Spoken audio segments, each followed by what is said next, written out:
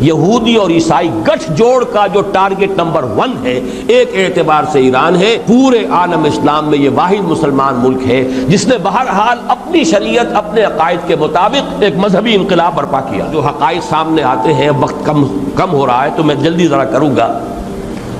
ان میں سے نمبر 1 ایران ہے۔ اگر ہم چلتے ہیں عرب سے مشرق کی طرف تو ایران ایک اعتبار سے یہ بازی لے گیا ہے پورے عالم اسلام پر۔ ان کے مذہبی عقائد، ان کی فقہ سے ہمیں جو اختلاف ہے وہ ہے اپنی جگہ پر ہے۔ آپ کو معلوم ہے میرے بارے میں کسی کو اشتباہ نہیں ہو سکتا اس اعتبار سے۔ میری جس درجے دشمنی رکھی گئی ہے، جس طرح میرے سر کا جو ہے مطالبہ ہوتا تھا، 2 ہی آدمی تھے پاکستان میں کہ جن کے سر مانگے گئے، ایک کراچی کے وہ شاہ بلیغ الدین صاحب اور ایک میں، تو اس حوالے سے وہ اپنی جگہ پر اختلاف ہے، لیکن اس حقیقت کا اعتراف کیے بغیر نہیں رہا جا سکتا۔ پورے عالم اسلام میں یہ واحد مسلمان ملک ہے جس نے بہرحال اپنی شریعت، اپنے عقائد کے مطابق ایک مذہبی انقلاب برپا کیا ہے۔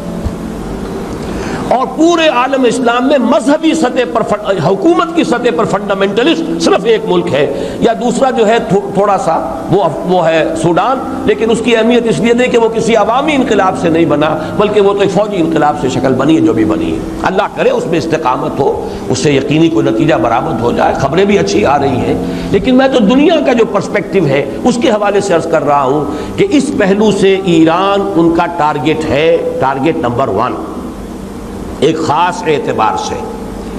ٹارگٹ نمبر 1 ایک دوسرے اعتبار سے ہم ہیں، وہ میں بعد میں عرض کروں گا۔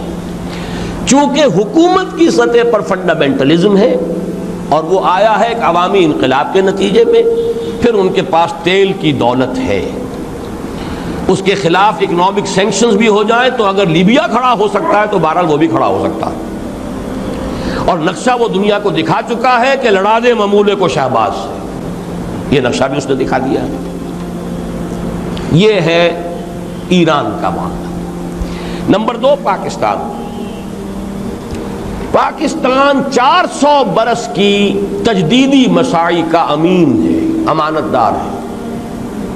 پورے ہندوستان میں مجدد الفسانی رحمۃ اللہ علیہ، شاہ ولی اللہ دہلوی رحمۃ اللہ علیہ، سید احمد بریلوی رحمۃ اللہ علیہ، ان کا جہاد، پھر اس 20ویں صدی عیسوی میں یا 14ویں صدی ہجری میں علامہ اقبال جیسا مفکر، مولانا مودودی جیسا مصنف، مولانا الیاس جیسا مبلغ، شیخ الہند جیسا مجاہد حریت، پورے عالم اسلام میں ان کا پیرلل کوئی موجود نہیں۔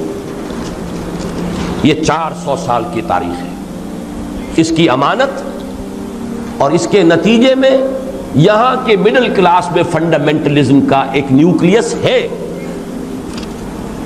اگرچہ حکومت کی سطح پر کوئی پیش رفت نہیں ہو سکی آج تک، بلکہ اب تو پسپائی ہو رہی ہے، اب پیچھے ہٹ رہے ہیں۔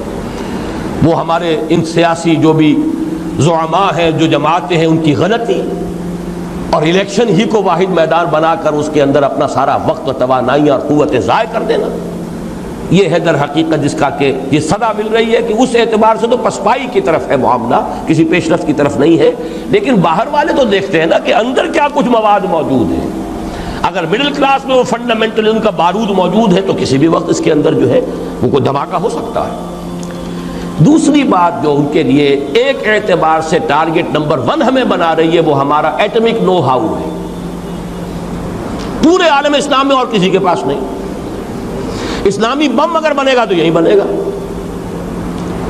یہ ہے مختلف اسباب جس کے بنا پر ایران اور پاکستان کو آپ بریکٹ کر لیجئے، یہ اس نیو ورلڈ آرڈر یا آج کی میری گفتگو کے حوالے سے یہودی اور عیسائی گٹھ جوڑ کا جو ٹارگٹ نمبر 1 ہے، ایک اعتبار سے ایران ہے، ایک اعتبار سے پاکستان۔